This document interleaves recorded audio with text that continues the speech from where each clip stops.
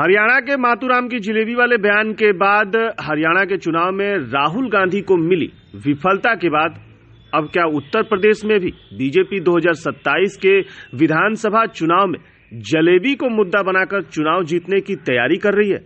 क्योंकि यूपी के बलिया में फायर ब्रांड विधायक केतकी सिंह ने पार्टी की सदस्यता कार्यक्रम में जमकर जलेबी खाई और खिलाई भी, और दावा किया कि 2027 में भी जलेबी कमाल करेगी। यही नहीं, केतकी सिंह ने राहुल गांधी के जलेबी वाले बयान पर चुटकी लेते हुए राहुल गांधी को राष्ट्रीय घोषित श्रीमान पप्पू तक कह डाला। विधायक ने कहा कि यह बड़े ही हंसी की बात है कि जिस विधानसभा में आप जलेबी की फैक्ट्री लगा रहे थे, वहां की जनता ने कांग्रेस को बुरी तरह से नकार दिया है, वहां भी हम जीत गए हैं।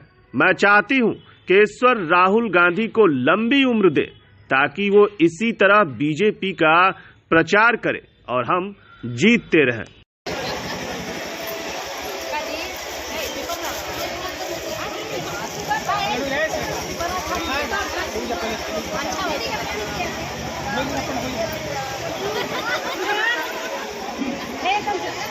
अभी हम लोग कोलकला गांव में हरिजन बस्ती में आए हुए हैं और यहाँ जो इस समय पार्टी के सदस्यता का कार्यक्रम चल रहा है, उसीलिए हम लोग यहाँ पे बैठ के सदस्यता कर रहे हैं। देखिए, मैं हमारे कांग्रेस पार्टी के जो घोषित राष्ट्रीय घोषित श्रीमान पप्पू जी हैं, उन तक ये मैसेज भिजवाना चाहती थी कि श्रीमान महोदय, जिस जलेबी को आप बनाने के लिए फैक्ट्रियाँ लगा रहे थे, वो जलेबी हमारे गांव के छोटे छोटे कारीगर जो हैं वो बनाते हैं और उससे उनका जीवन यापन होता है। आप फैक्ट्री लगा के मशीनें लगाकर और हमारे रोजगार छीनने की आप बात कर रहे हैं। मैं ये दिखाना चाहती थी कि गांव में कितनी अच्छी जलेबी बनती है और लोग खाते हैं, खिलाते हैं। बड़ी हंसी की बात है कि जिस विधानसभा में जाकर श्रीमान जी फैक्ट्री लगा रहे थे जलेबी की, वो विधानसभा भी लोगों ने पूरी तरह से कांग्रेस को वहाँ पे नकार दिया और भारतीय जनता पार्टी की वहाँ पे सरकार बनी। उस सीट पर भी हम जीत गए, तो बड़ा भला हो भाई। मैं तो कहती हूँ कि ईश्वर राहुल गांधी जी को लंबी उम्र दे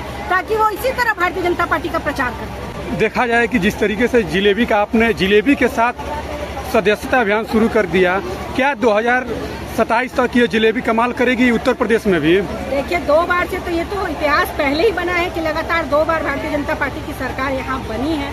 अभी जैसे हरियाणा में आपने देखा कि हमने हैट्रिक लगाई है। मैं आज आपको बता देना चाहती हूँ कि 2027 में जनता मोदी और योगी के साथ है और तीसरी बार हम लोग हैट्रिक जरूर लगाएंगे 2027 में। तो क्या जलेबी खाकर लोग बटन दबाएंगे क्या 2027 में? अरे भाई, हमारे गांव के लोग इतनी स्वादिष्ट जलेबी, कभी आपके चैनल के माध्यम से मैं बताना चाहूंगी कि गुड़ही जलेबी होती है जो हमारे बलिया में बड़ी फेमस है। आज तो हम लोग ने चीनी वाली जलेबी खाई है, पर गुड़ही जलेबी का स्वाद जो है वो मिट्टी का स्वाद, हम मिट्टी से जुड़े लोग हैं और हम जानते हैं कि कौन गरीबों के लिए, कौन नौजवानों के लिए, कौन मजदूरों के लिए, कौन किसानों के लिए काम कर रहा है, और वो एक ही नाम है श्रीमान नरेंद्र मोदी, योगी आदित्यनाथ। तो हम सारी जनता उनके साथ खड़े हैं और जलेबी की तरह ही मुंह मीठा करके अपना काम करते हैं। जिस तरीके से राहुल गांधी संविधान को लेकर, संविधान खतरे में है और बीजेपी आएगी तो संविधान को खत्म कर देगी, इसके बावजूद भी हरियाणा में प्रचंड जीत मिली। और दूसरी तरफ देखा जा रहा है कि आप भी एक दलित बस्ती में आकर और जलेबी से ही सदस्यता की शुरुआत की, क्या मैसेज है आपका साफ तौर पे? देखिए, मैं बताना चाहती हूँ कि राहुल गांधी, अखिलेश यादव और ये जो जितने ममता बनर्जी, ये जितने नेता हैं, इनके पास अब मोदी को रोकने का कोई शस्त्र बचा नहीं था।